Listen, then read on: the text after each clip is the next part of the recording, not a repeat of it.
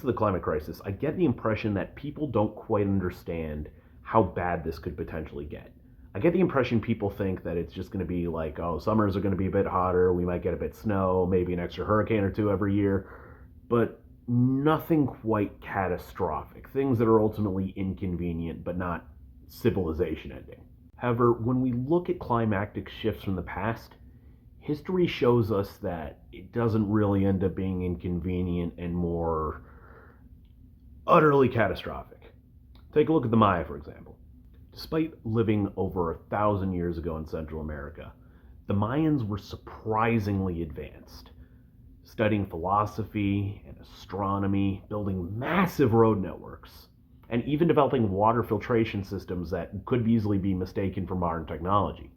They were, in fact, probably the first group of people to develop the concept of zero. As a kid, I was fascinated by the Maya.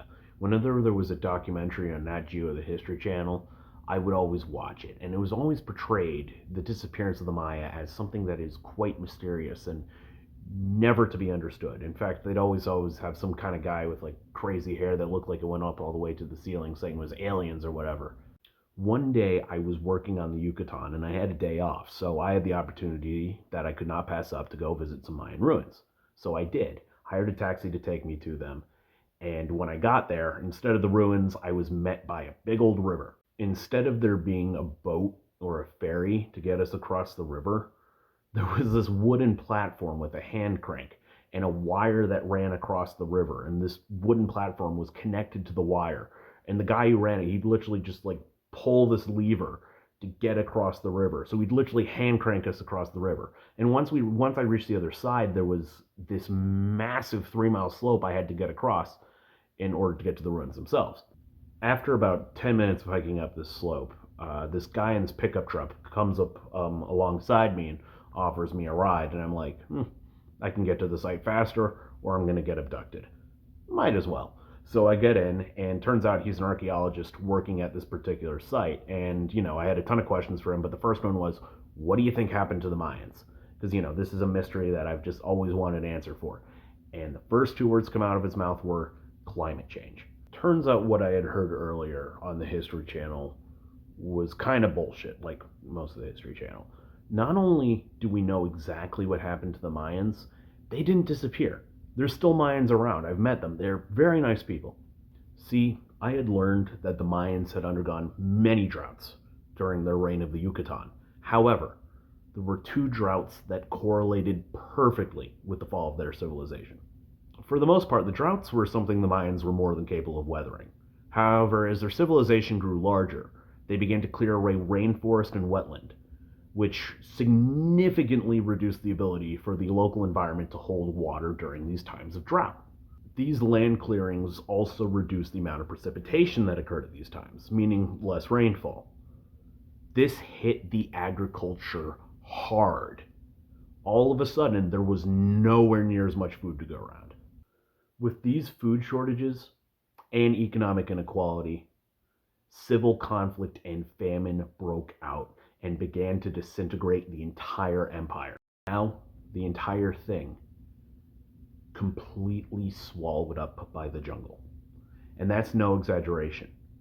A few years ago, a LiDAR survey over Guatemala found over 60,000 different structures completely submerged under rainforest. Nature had reclaimed all of it. I think it's fair to say that the climate has massive power over all of us. And the scary thing is, what the Mayans underwent is nothing compared to what our climate crisis could potentially give us. If the climate crisis the Mayans faced was a minnow, then what we're up against today is a shark with a fucking buzzsaw for a mouth. On top of that, ecosystems are in a significantly worse state than any other period in human history, meaning the buffer the Mayans had from drought to calamity isn't there for us. The droughts our current climate crisis threatens to produce are far, far worse than what the Mayans had to deal with. And they won't just be restricted to the Yucatan this time. They threaten to be global. And that is just the droughts. There are many, many other things this climate crisis threatens us with. And much like the Mayans, we have some serious economic inequality problems that we have to face if we're going to stand a chance against this. Plus, the social unrest to make everything go crazy, it's already there. Also, if you need proof that nature doesn't fuck around, there actually was a shark with a buzzsaw for a mouth. I'm not kidding. The reality is, if we do not confront this issue head on, we will be facing a situation far bigger and far more dire than the Mayans ever did. Putting off emissions reductions or transitions to 100% renewable energy or making it a process that takes decades is not going to cut it. We have to face this now, or we are going to be facing something that promises to be nothing short of a hellish catastrophe. We need to stop our economy's obsession with growth. We need to stop emitting, stop polluting, and restore ecosystems left, right, and center. And we need to do this all now.